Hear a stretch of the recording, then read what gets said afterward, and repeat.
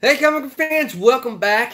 It's Comic Book Corner 2.0, and fans, you're back with me. That's right, Mike Spider Slayer, getting ready to do another episode of Pay It or Slay It. That's right, fans. And this is the video or live stream series where each and every week I show you, the fans, which books I decide to continue to pay for or which books I actually slay. So, hopefully you guys are excited about the show this week. There was some very good books that were due out, and there was some very highly anticipated books as well. Did they meet your expectations? Well, we'll soon find out. So again, I picked 10 books, and out of those 10 books, those are the ones I'm going to discuss. So I think this week I read about 16 books altogether. This is the entire stack, and I'm just going to randomly select 10 of them. What's up, Buff Muffin? How's it going? And Brian Spaceboy says, hey, Mike, what's going on? So welcome, guys. Thank you so much for tuning into the show. We're just getting started. I have 4 viewers so far. Little list of group of people that are watching so far, but we're just getting started. If you like this video, again, guys, remember to give it a thumbs up, okay? I really appreciate it. All right, so in the process, I'm mixing up the books as this stalls a little bit of time so more viewers come on. So here's the books that we're going to maybe talk about or maybe not talk about. And if there's a book that you want to talk about, again, put it in the comments, okay? All right, so here we go. Book number 1, book number 2, book number 3, book number 4, and I have no idea what they are. Tom says, hey, Mike. Book number 5, book number 6, book number 7, book number 8, number 9's in the middle, and number 10. All right, so the rest of them are over here, and I don't even know which ones they are. I hope it's Heroes in Crisis that we're talking about. All right, so still don't know what they are. So here we go, guys. We're going to talk about the 10 books, if you should pay for it or you should slay it. And remember, you never know where that book could actually get slayed. It's very rare. Has to be a very bad comic book. But it happens. All right, so the first book we're going to talk about, guys, this week is God, Spider-Geddon issue 4, or The Edge of Spider-Geddon issue 4. Meet the mysterious Spider-Man who changes the course of Spider-Geddon. Okay? So, this book, in my opinion, was quite rough. All these Edge of Spider-Geddon books have been not even mediocre at best. Okay? They've been really horrible. And in this particular issue, we wind up seeing Norman Osborn, who's like a Spider-Man or whatnot. And it just made for a very boring, non-entertaining, didn't like the artwork type of issue. And honestly, it was like this cheap ploy of like things being changed in Peter Parker's universe or whatnot. So Spider-Man or Harry or Norman, or is it Norman? Norman Osborn is an actual Spider-Man. The story fell out of place. It just was very confusing. Tevia says hi. So hi, Tevia. Thank you for tuning into the show. I just thought it was really an all-over-the-place story. But at the end of the day, just like most of these books, okay, this Edge of Spider-Verse book winds up where Harry winds up dying, okay, because he's like the Goblin, but he's a good guy. Norman obviously survives. He's the Spider-Man, but he's bad, okay? And he winds up obviously going to part of the other universe, okay, that might be recruited to help everybody. Buff Muffin says, yeah, I'd say that out of Edge of Spider-Geddon book that came out, I only like the first 2. So he liked the first 2. So he liked the Spider-Punked one, and I don't even remember the second one that came out, to tell you the truth. But Nevertheless, this particular book, this one was really rough. I did not like this issue either. So I know these Edge of Spider books are done coming out, but if you haven't picked it up and you're still thinking of maybe buying it to complete your collection of Spider-Geddon, I say slay it from your list. Don't even bother picking it up. It's just really, really bad. But if you're a completionist and you want all those Spider-Geddon books, you might just have them to have them. And obviously, this is first appearance of a certain character, even though it's a different universe. So if you're into all that stuff and you're thinking that maybe this could be a collector's item or this could be the next Spider-Gwen or whatever the case may be, then you might want to pick it up. But story-wise, it sucks ass. But I'm not going to slay it because I have all the other ones. So I'm not going to tear this one up. But I definitely don't recommend this one, guys. Okay. Tevia says, the second one was the one with the huge robot spiders. Oh, okay. So that was the one where it had the mech spiders. It had, what was it? Penny was her name. Penny Parker. And then it had her brother who acted like Venom. It had a Venom robot mech spider.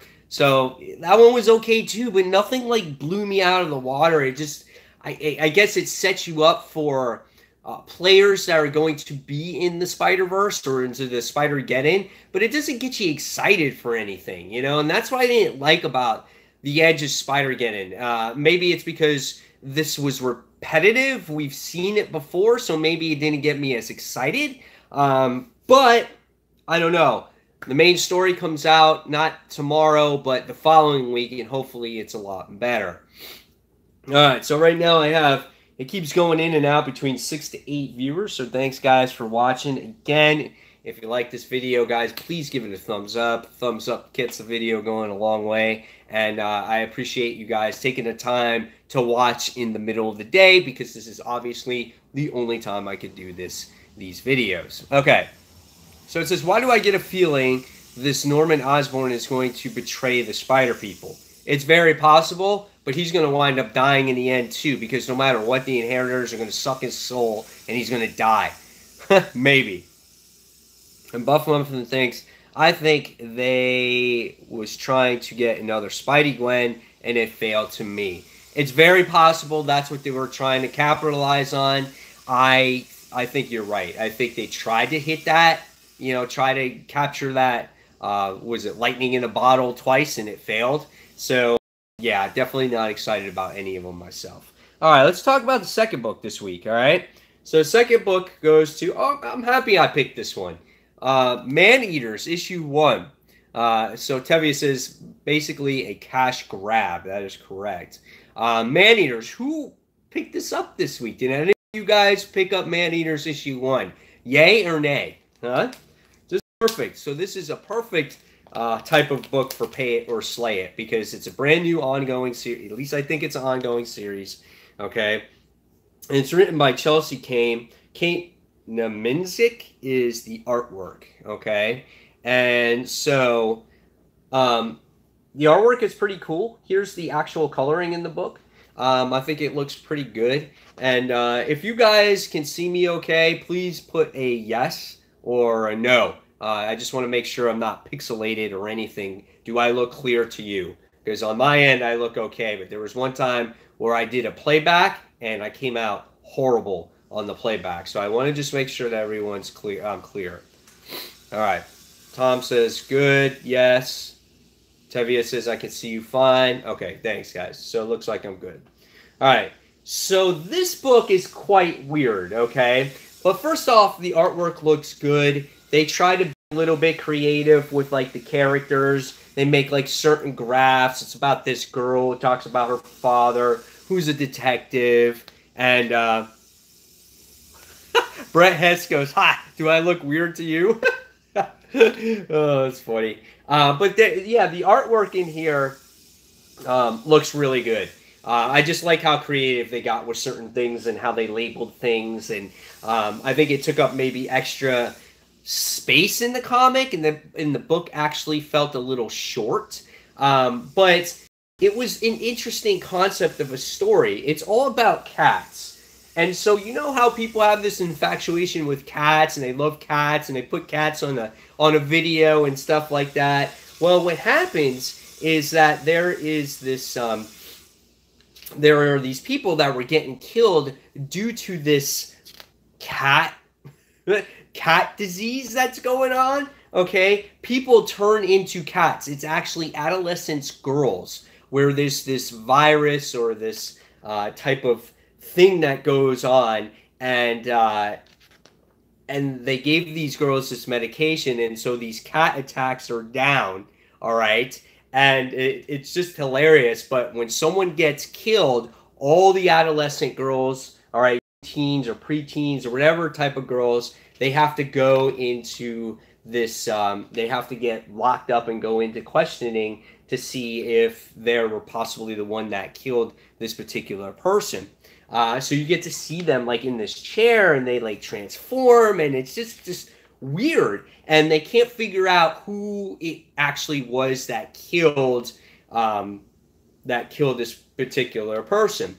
And they give you an explanation how everything works and things like that.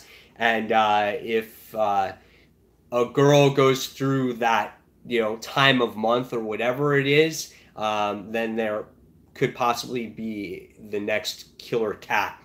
It's so weird. It is such a weird book, but it's quite interesting concept. Like, I've never seen this type of originality of a book before, where it's just like, hey, if you're a teenage girl, you can turn into not a werewolf, but a big ass cat and start eating freaking people, right? And just the way it happened, it's just like, it only affects adolescent teens, and it's if you changed a cat litter box, if you've pet a cat, if you've played in a sandbox before, stuff like that, and that's what sets the disease off. It's so weird. But I was like, I gotta read issue 2 now, right? So at the end of the day, when it comes to man-eaters, I say pay for the book. I say check out the second issue. And if you haven't read the first issue, and if it's not there, try to read it digitally or through Comixology. Again, support the independent comic creator. This is something that I would never normally pick up, but when I saw the description, I was like, weird. And I'm definitely going to see where that one goes going forward. So, yep, pay for the book. Pay for it. All right. All right, guys, got 7 people watching. Thank you so much for taking the time to watch. And we're going on to number 3. All right, the third book we're talking about is The Amazing Spider-Man. This is Date Night, issue 6. Roberto Ramos did the artwork in this particular issue, and he is obviously taking a break for a couple issues, I'm sure, to catch up on his drawing. All right, got cut out there for a second. So, this has Nick Spencer going through basically kind of a reunion with his fearless foes of Spider-Man, or superior foes of Spider-Man, where he actually gets Boomerang and the Shocker and Speed Demon, and he gets these guys back together again. So I thought that was a really cool concept. Beetle is back in there, and Beetle is trying. I'm sorry, Boomerang is trying to Boomerang is trying to like capitalize on some super villain trivia over Spider-Man, and Peter Parker goes with him to the place to get cashed in on this whole thing. It was really a lot of fun. It was actually a good book. Really filler in my opinion, but it was a lot of fun. We get to see Vulture in this issue, which I thought was cool. Black Ant and Taskmaster are the ones that being hired by the Mystery Man. Okay, and then we get to see obviously Peter Parker, Mary Jane, and we get to see Fred Myers in there interfering with everything like they usually do. You get to see back history of Boomerang, which was good. And so this one really focused on him and getting you up to speed on where actually, how his character is at this point in time. But at the end of the day, Fred, he winds up sitting there and kind of pushing the envelope just a little too far towards Kingpin. And what happens is that now all of a sudden Kingpin has this bounty on his head, and all the people that were in the supervillain bar are going to go after them after they just won supervillain trivia or Spider-Man trivia. And it was cool to see Peter in here just be Peter and have fun and answer all the trivia questions. It's really good. I think Humberto Ramos did a pretty good job in the artwork here. I don't think he went to the extent of being super lengthy and real skinny as he usually does. I think he tried to keep the artwork a little bit more on the side of maybe the way that Ryan Ottley does it, so it's not so far out of the norm. So, but again, even though the story wasn't, it didn't progress all that much, it still progressed this guy right here. It developed into his story. So I thought it was really good. The Amazing Spider-Man story is awesome right now. I wouldn't say it was my favorite book of the week overall, but it was still really, really good, and I'm really enjoying the series at this point. All right, so let's see what the viewers say about The Amazing Spider-Man. Let's see. Tevy goes, yay, Amazing Spider-Man book. Buff Muffin says, I actually like this one. It was fun, and it looks like it's going to be a build-up to a story, which, yeah, obviously, the Kingpin is going to have this hit on him, and now we get to see how the Boomerang and Spider-Man work together to get out of this situation, or Peter Parker. Tom says, I love the cover. Brett says, I'm digging the new Spidey stuff. Can't wait for the first big villain storyline, which it looks like it's going to be Kraven the Hunter and then that mystery weird villain demon thing, right? Tevia says, I'm just happy that Peter and Mary Jane are still a couple. And Buff Muffin says, I agree, Tevia. And let's hope that Marvel doesn't destroy Peter Parker and Mary Jane's relationship again, because that would be really piss me off. Excuse me. I don't think they're going to do that. I think it's very concrete on where they're going with their relationship at this point in time.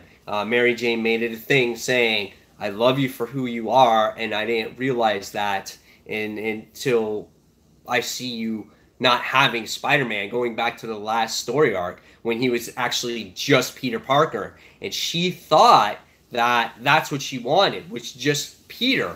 But without Spider-Man in Peter's life, Peter feels incomplete, and he's not the same. And Mary Jane recognizes that, and she appreciates that now. So now she loves him even more for it. So it's great stuff. So Amazing Spider-Man, who's going to slay this? Nobody. Pay for the book, guys. All right, let's move on. 1, 2, 3, 4, 5, 6, 7. So we're talking about our number 4 book this week, and this goes to The Sentry. Speaking of the books, this is issue 4. All right. 8 viewers, guys. Thank you for watching. Give this video a thumbs up if you haven't given it a thumbs up yet. Really appreciate it. Legend Story goes, has he slayed any books yet? I came close, Legend. I actually talked about Spider-Geddon issue 4. Really a bad book in my opinion. I just didn't slay it because I had all the other ones and I wanted to hold on to it. Honestly, that is the true meaning of it. And it had to be a Spider book. It was like one of my least favorite books this week. But yeah, it was this close to it, but I just couldn't do it. But I definitely say slay that from your pull list. All right, so now we're talking, though, about The Sentry. I hope you get to Heroes in Crisis. If I don't get to Heroes in Crisis, guys, if it's not in the 10 that I'm talking about, I promise I will talk to you guys about that, okay? But let's talk about The Sentry. Anybody out there reading The Sentry right now? If you're not, I think you should. This is a really fun book, really action-heavy. I'm sure that you might be able to still get the first 3 issues on the rack through back issues. If not, wait for the first story arc trade to come out. This is a fantastic book. I've said it before that it has the artwork reminds you of Black Hammer in this book, right? Jeff Lemire writes that book. He writes this book, and the artwork is very much the similar way. And in this book now, not only do we get his former assistant or sidekick, which is Scout, okay, becomes a Sentry because he got injected with a serum. We now have regular Sentry out there, and now we have things that have totally hit the fan. Tony Stark sits there and tries to stop Sentry to, just causing all kinds of problems. He gets in Hulkbuster armor. Here we get to see this cool artwork in here as well. He tries to save the day. He does this battle. Sentry's like, dude, you just got to get out of my way. Things are not going right here. And then we just get to see a battle through on this whole entire issue. The artwork is insane. The colors are insane. It's just so good. Just the facial expressions, it just looks evil. And then when you have the Void, and then when you have, what's it called? Bob come together with himself, it just makes for a whole new and brand new Sentry, okay? So this is a major spoiler. If you haven't read your copy, I give about 5 seconds to turn away, plug your ears, pause the video, whatever it is that you need to do. But you see them, they come together, okay? It's your last warning, but they come together and he forms a new Sentry. And Sentry looks like this now. What is that? So he's all three. He's like Sentry, Bob, and the Void combined together to make Ultra Super Sentry, right? That is insane right there. So this story has been great, man. And just the betrayal of his former sidekick, just leading up to this particular issue, has been absolutely phenomenal. And I definitely suggest to go out there and pay for the book, guys. This is a great story. I am not a Sentry fan. I have never read a Sentry book in my entire life. And I decided to pick this book up just to see what it's about. And I love it. It's one of my favorite books. It's so, so good. Definitely suggest you guys picking this up. It's great stuff. So what we got in the comments here? Legend Storm was here. We talked about that. We talked about Heroes in Crisis. Not yet, but I will. Peter Barker's here. He says, hi there, Mike. Tevia says, not really, but damn, this story is insane. So he's reading it. So now he's Ultra Instinct Sentry. I guess so. And Buff Muffin says, Sentry does look cool. He's fucking badass right now. And Lemire delivers. No surprise there, but Giganto definitely leveled up since I last saw his work. Yeah, man. The facial expressions in this book and just the way it feels, he's a darker character, right? And it feels that way. That tone. So good. All right. So now we're going to talk about number 5, the 5th book this week. Extermination, issue 3. This is the lull of this series right now. I did not like this issue that much. There was not much like death or killing. There was just a lot of, I guess, fighting going on, and there was a jet crashing, and you got like X-Force team members together, and Nightcrawler becomes like a hound, and stuff like that. It just, this time around, wasn't really that great. I thought that the artwork was good. Again, the artwork delivers. We get to see Logan here. He's obviously a hound, and they're like, fight it, Logan. Stop being evil. Stop being bad. We got to take Hank out of here. And he gets these little children from France, and he winds up creating these where the Hellhounds can change instantly. It was okay. It was nothing bad. It was nothing crazy. Cyclops almost died, but he doesn't die. I guess he gets captured again. And I think what I'm finding out here with the characters that wind up getting captured, I think what's going on is that Cable, in my opinion, is actually trying to protect these guys. I think he's capturing them, keep them in safekeeping, so they don't get extinct. I think that's what he's going with this. That is my opinion. You don't see that much Cable in here.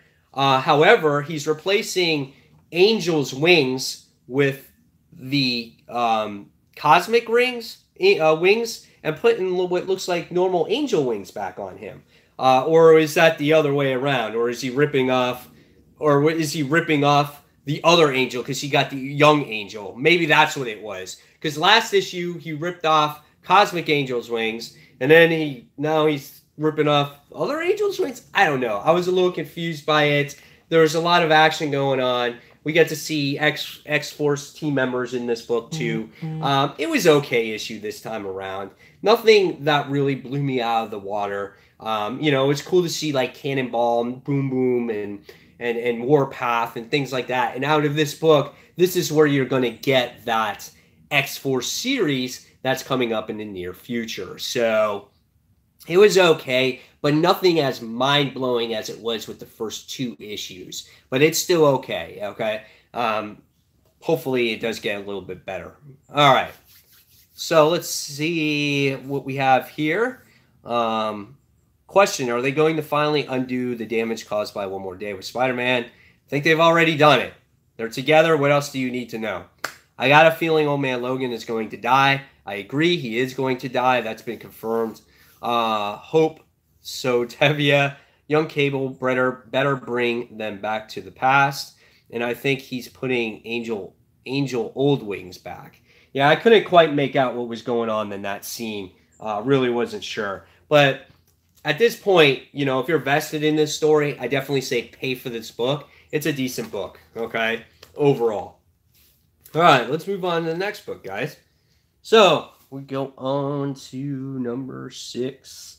Number 6 goes to Detective Comics.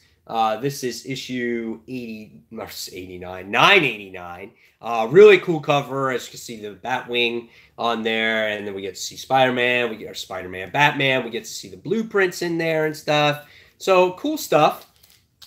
I like this. This issue has to continue with the whole Fireflies situation, and we get to see the Firefly. He sits there and he tells his protege, yeah, he's like, we're not, he's like, he gives you the list of characters of like, yeah, we're not Joker, and we're not Two-Face, and we're not this, and we're not that.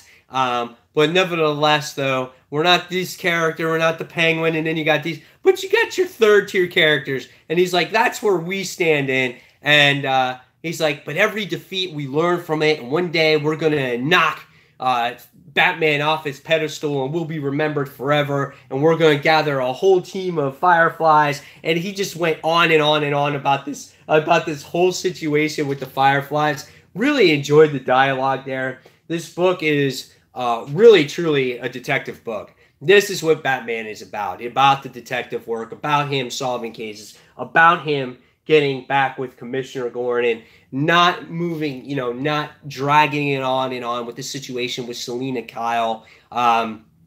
So I thought it was really kind of cool. Artwork, again, continues to be solid in this book. Really nice looking artwork here. And really a lot of fun issue. At the end of the book, too, you get revealed that obviously the person behind everything has been obviously Two-Face. So cool issue, cool story. Liked it a lot. Detective Comics, a book that you will want to pay for right now. It's really a lot of fun. And we're approaching the 1,000 mark. So get this on your pull list now, because get ready for all those variant covers for issue 1,000 of Detective Comics. So pay for that book, guys. All right. So we're going to continue. All right.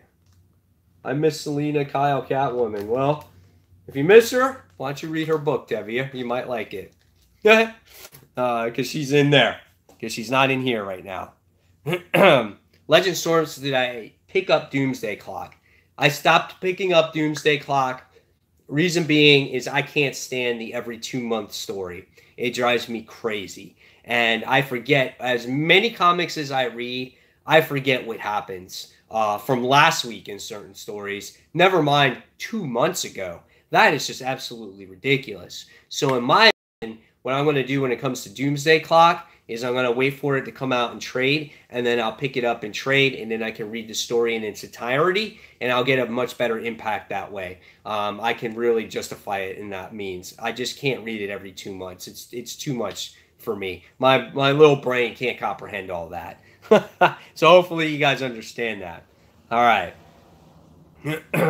Buff Muffin says, I was excited to see Two-Face, one of my favorite Batman villains. And Tevia says, Doomsday Clock is very good.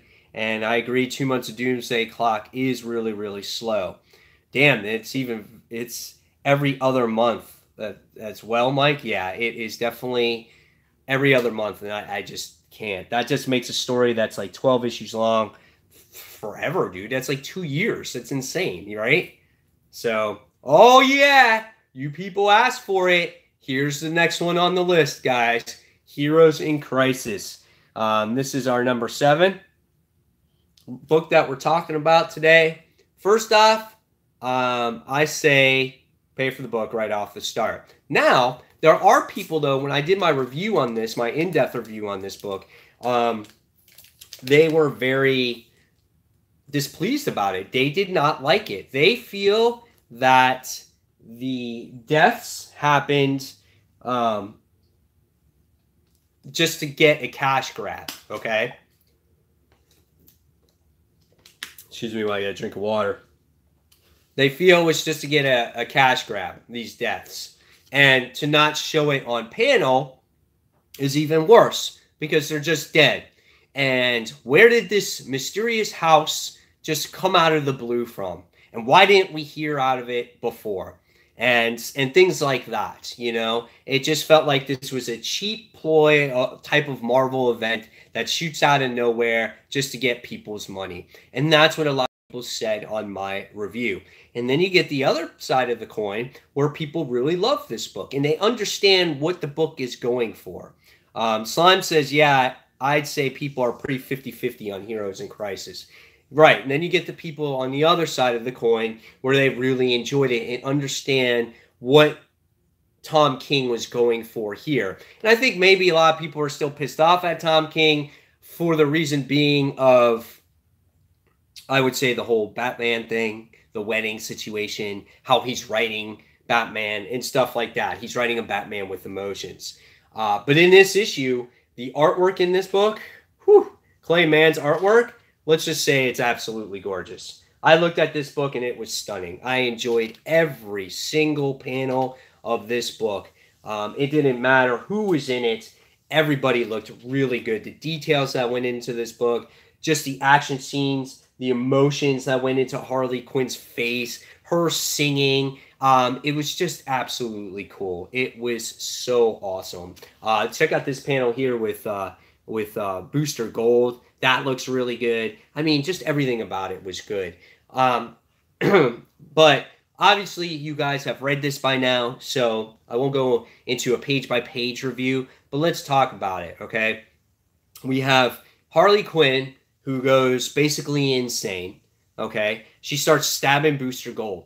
So my initial thought process here in this book was that Booster Gold was going to be the hero that dies, and Harley was going to be responsible for it, and how are the heroes going to deal with that death? How are they going to deal with that post-traumatic syndromes type of stuff?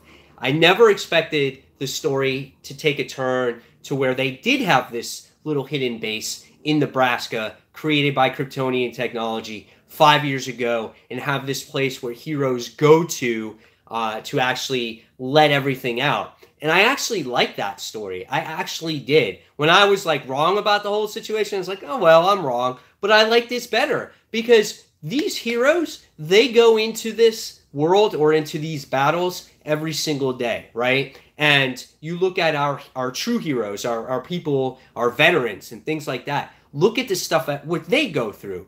Just because our people have superpowers doesn't mean they can't suffer from PSD, right? PTSD. It's not like they can't do that. So then for them to come up with this house for them to go to, it made perfect sense. I thought it was a really good idea. And for Harley to witness something that we haven't seen yet, okay, and obviously Booster Gold's behind it, I thought was brilliant. We just get to see a bunch of deaths, and we still have to see everything unravel and, you know, see how it actually happened, how the pieces all come together. And I think that is really, really cool idea. And people are just like, oh, this happens off panel, blah, blah, blah, blah. And the only thing that I didn't like about it is that they throw these deaths in there And you're supposed to be like, oh shit, Arsenal's dead. Oh shit, Wally West is dead. I didn't have any remorse for that. I didn't care because I can't see those heroes being dead. I truly can't see that, especially when Booster Gold is involved in the whole situation, right? You can't take it seriously. People are shitting in their pants because Wally West is dead and he just came back, right?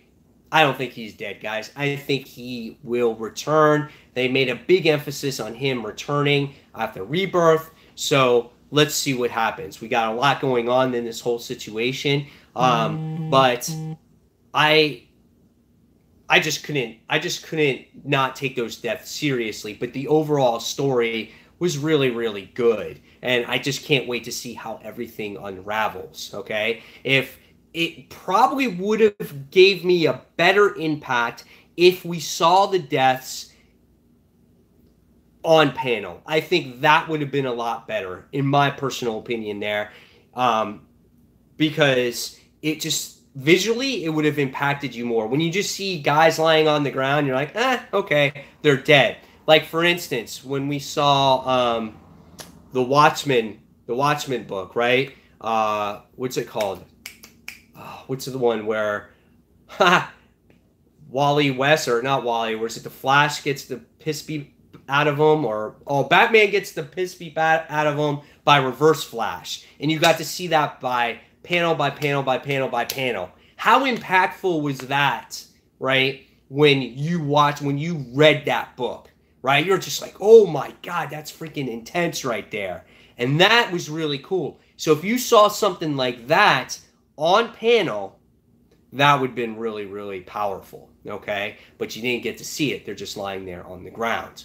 So at the end of the day, you're going to pay for this book, and you're going to want to see what happens. You got 8 issues to figure out what happens. So all you people that think Wally is dead, don't worry about it. Now let's see what the fans actually say about this particular issue. Okay. Let's see. Let me scroll up here. Give me a second. All right, so Buff Muffin says, pay it, pay it, pay it. I loved Heroes in Crisis, says Legend Storm. Tevia says, I was pissed with Heroes in Crisis. Yes, I'd say people are pretty 50-50 in it. Why kill off Wally West, Flash, and Arsenal? Peter says, why not? And Tevia goes, I personally felt the original idea for Heroes in Crisis would have worked without all of the deaths and killing. I'm fine with him killing off people. Me too, says Peter Barker. Legend Storm says, it makes the story so much better. Buff says the artwork was very, very good.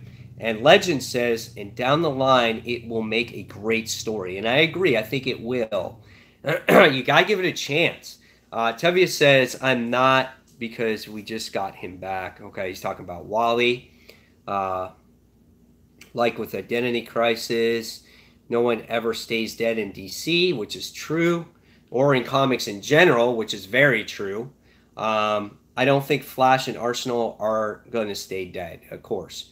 I wanted the story to be about post-traumatic stress disorder, not be a muddy mystery or murder. Hope Arsenal stays dead. He's a jerk. Buff is just laughing at him. I hope some of these characters stay dead because it will make for more things for the line. I feel like killing off Wally West, Flash was a horrible idea because we just got him back. All right. See, I agree with killing Arsenal. That's fine. The Button. It was called The Button. That's right. Yes.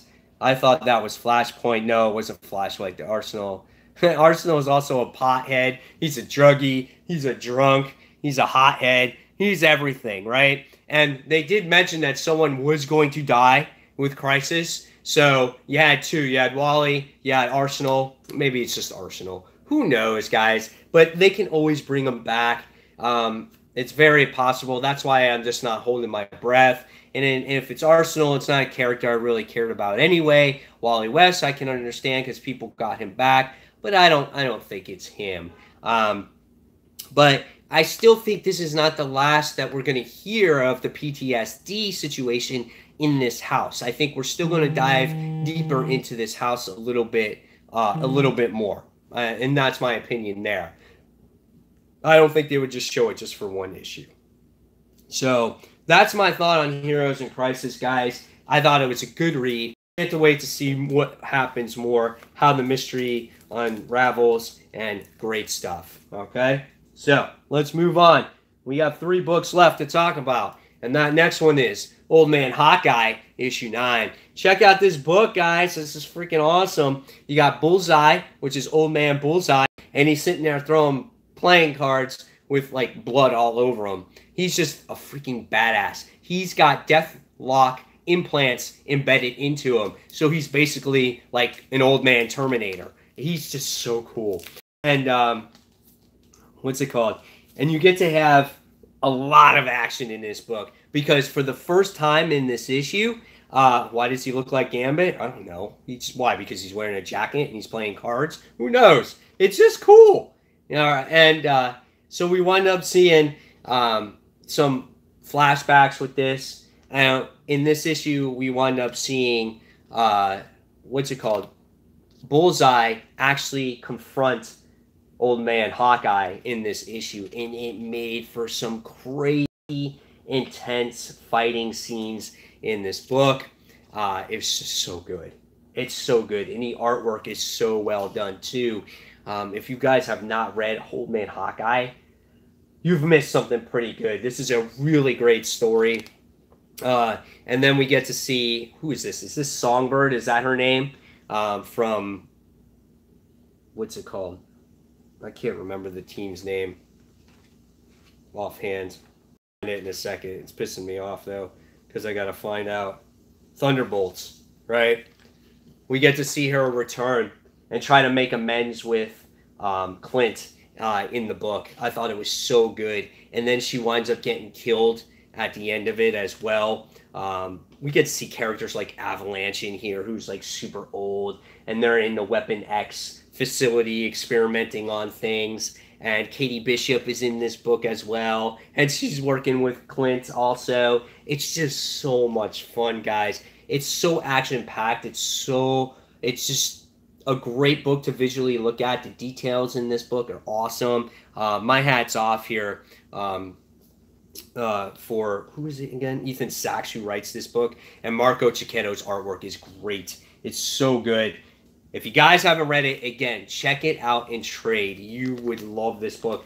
It's like reading Old Man Logan. When you read Old Man Logan, and if you didn't read it in single issues and you read it in trade, you just keep going. And that's the series, man. It's so awesome. And this is coming to an end soon, too. I think it ends at issue 12. All right, so I still love that comment. Arsenal's a pothead, and he's a stoner. Arsenal has really gotten a very bad rap these past 12 years.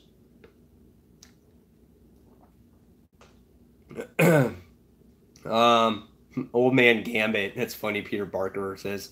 Tevye says, I don't know. I am personally done with the old man concept. Yeah, but this is not Logan, though. This is a totally different character. It takes place in the Wastelands yet, but his story is tough, man, on what he goes through. He gets betrayed by the Thunderbolts that he made alliances with, and all the villains killed everybody. It's just so good. I gave up on Old Man Hawkeye around 4 or 5. Just seemed to be a rinse and repeat storyline. I understand if that's how you feel. It's a lot of fun. It's about the chase, right? Bullseye is chasing Old Man Logan. He hasn't killed a hero, I think he said, in something like 24 years or 44 years, something weird like that. And that's his goal, is to eliminate all the heroes. And as long as there's heroes on the board, he does not stop until every single hero is dead. And that is Bullseye's objective. So really cool stuff. All right. Number 9 that we're talking about today. Woo! The conclusion to Venom First Host. This is issue 5. This is the variant cover here, guys. Really cool looking cover. If you guys have not voted for cover of the week yet, go ahead after this and head on over there and vote for it. The newest week is up. And we got a record number of votes last week. I thought that was really cool. And if you guys did vote, I really appreciate it. It's a 6-minute video. All you got to do is vote on your favorite cover by writing it in the comments below. And we're getting towards the end of the year. It's just a lot of fun, guys. So hopefully you guys are enjoying that series. But anyway, Venom First Host. All right. Wraps up the whole conclusion. In this last issue, Mark Bagley didn't do the artwork in the entire thing. He did it with Paco Diaz. And Paco Diaz's artwork very similar. Here we get to see Paco Diaz's artwork in these first couple of pages. And then we get to see the wrap-up here about how this Kree warrior is trying to, you know, I guess, get good with his fellow warriors, and they could care less about him. I thought that was really cool. And they, like, try to blow up his ship and everything. And the young symbiote Sleeper actually attaches to the actual female Skrull, which I thought that was going to be the new host for the young symbiote, but that wasn't the case. When they make their way back to Earth, we wind up finding out that Eddie Brock winds up getting kicked out of Acclamax, and he has a drink with Norman, and they have a heart-to-heart with each other. Or was it Harry? I think it was Harry. I don't remember. And then the next thing, when he comes back to his apartment, look who's back! The freaking asshole Kree guy. And he wants to destroy the Spawn symbiote. So what happens is they start doing this fighting battle. He wants to take that bioweapon that he was going to kill the Skrulls with and use it on the humans. So the baby Spawn, or symbiote, winds up attacking the Kree warrior. And what happens is he winds up lobotomizing him, and he winds up using his body as his mindless body as his host. So he's going to take any memories or any skills that he's learned or whatever it is, and he's just going to travel with him. That's just going to be him. And is this the last time where we see Sleeper? Maybe, maybe not. But it's a new symbiote. It's a new Marvel character, and it happened here in Venom First Host, the conclusion. So, and if you go back to the end, if you go back to Mike Costa and Mark Bagley's run in the last volume, this is the last story of that. This concludes their whole run. It's just funny how it wasn't part of their run. And I think this was planned, but then they wanted to get Donny Cates on Venom as quick as possible. So this is why they decided to make this like a mini-series. I say definitely go out and pay for this book, guys. It's definitely worth it. If you haven't read the series, again, this is another great trade read. When it comes out in like next month, I'm sure, you can pick it up, read it in probably about 45 minutes, and you'll love this story. Just looking at Bagley's artwork alone is visually amazing. It's awesome stuff. All right. Some good stuff here, guys. Where do we get a sleigh? I don't think so. I think the one sleigh that we could have had this week was that Edge of Spider-Verse book. That could have been the potential sleigh, which was this nonsense. No, not that one. That was the good one. Is it here? What did I do with it? I didn't accidentally slay it, did I? Yeah. This one right here. This was the one that was super close. But it does mark a first appearance of a character. And does he make a difference in the Marvel Universe? Who knows? But I just couldn't do it. And I have the other issues of Spider-Verse or Edge of Spider-Verse. It makes for a complete set. It's very hard for me to rip up a Spider-Man book. And I did it 2 weeks ago with Peter Parker Spectacular Spider-Man. I don't do that. But I just did. You know. Alright. Last book. Stranger Things. Issue 1 of 4. All the hype with Stranger Things, you know, right now, it's not quite there because the show's not out. Season 3's not out. You know, if you live in Orlando like I live, you have Halloween Horror Nights, which I went to, and they have their own house, which was kind of cool. It wasn't scary, but it was cool to see what they did with everything visually. And so Halloween is coming out. So what do they have? They have Stranger Things, the comic book. So I'm like, okay, give it a try. What's the story about? Well, it's about Will, who's the one that gets captured, obviously. And you get to see what he goes through when he's in the actual Upside Down. Okay?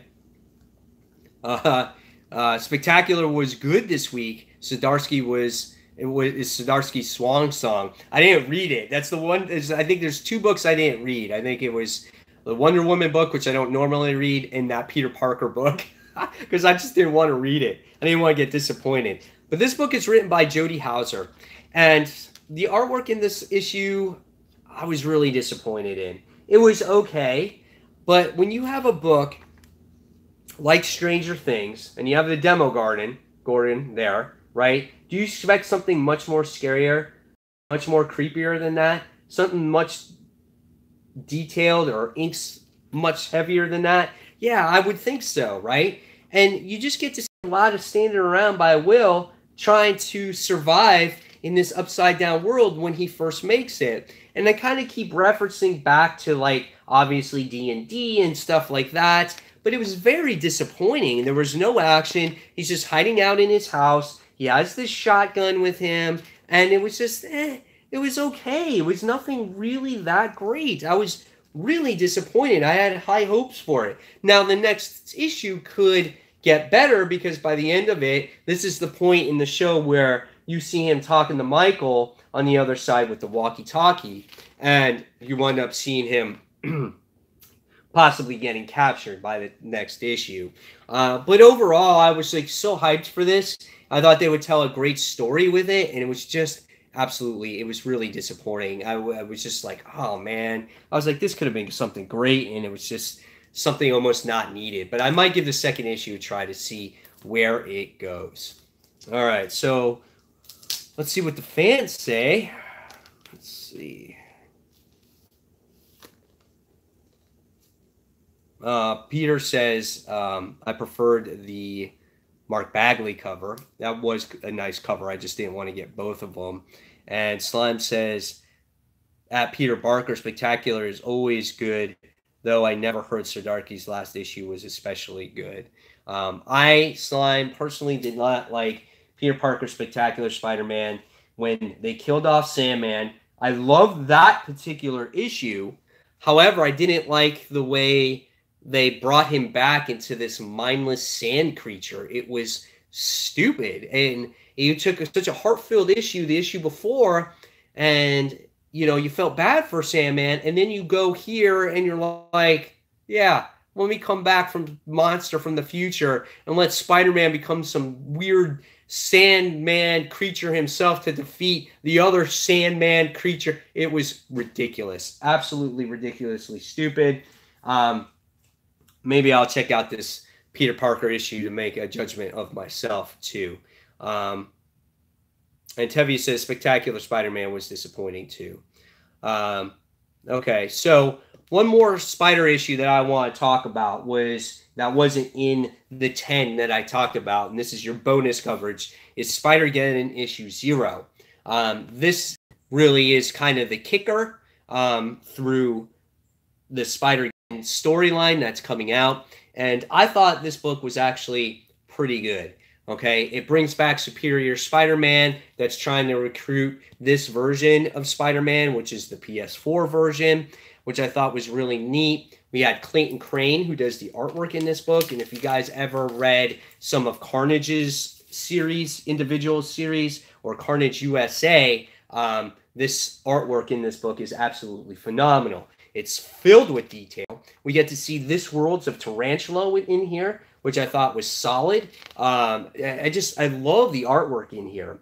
And I love how Superior Spider-Man is actually trying to get a heart. He's not something, his brain in Peter Parker's body anymore. He's actually a younger version of himself playing as Superior Spider-Man. And we get to see him work with this version of Peter, to try to stop the tarantula, to stop human death, from people dying, right? And you get to see this world's version of Dr. Octopus, and we get to see that it's very much like his own version of himself before he became a young Superior Spider-Man. He was dying of neurological disease and things like that, and that kind of brought him back to home. And I thought that was kind of an emotional aspect of the particular issue.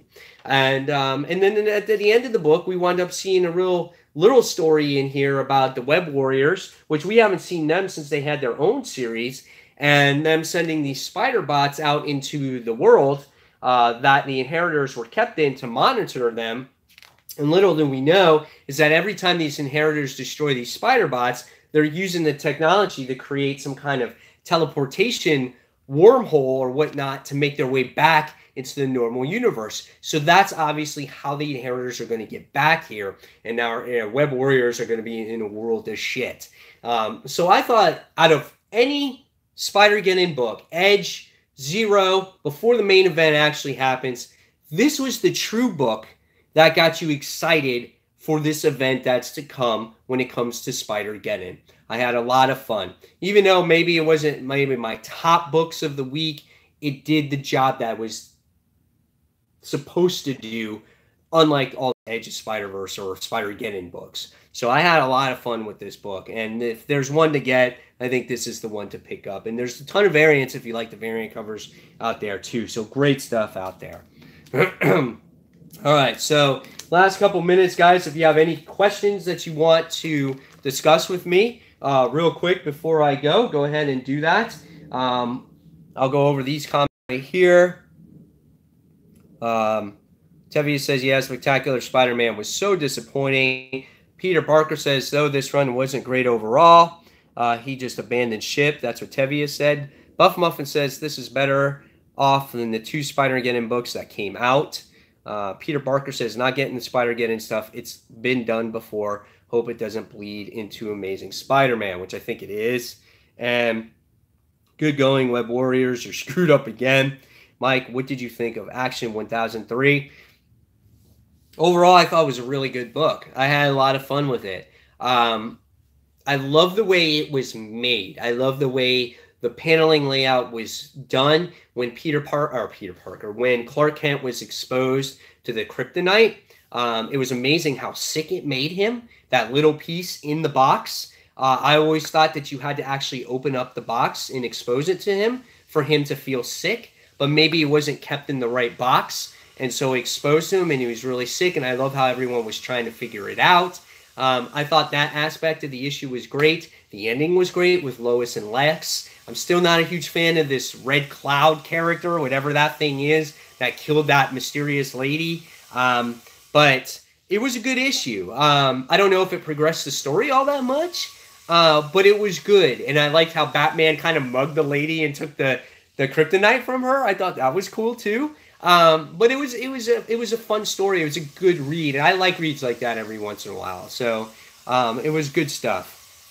Tevye says, I personally felt Action Comics was so disappointing and boring. I liked it though. I liked seeing the physical exposure with his kryptonite. Every time we see Superman get exposed to kryptonite, it's just like, ugh. But here you get to see the physical pain of what he was going through, on how much it actually hurt him, and that was pretty awesome. And another book that I would recommend to you guys right now is Batgirl. Batgirl is a really great book at this moment in time. Her implant is damaged.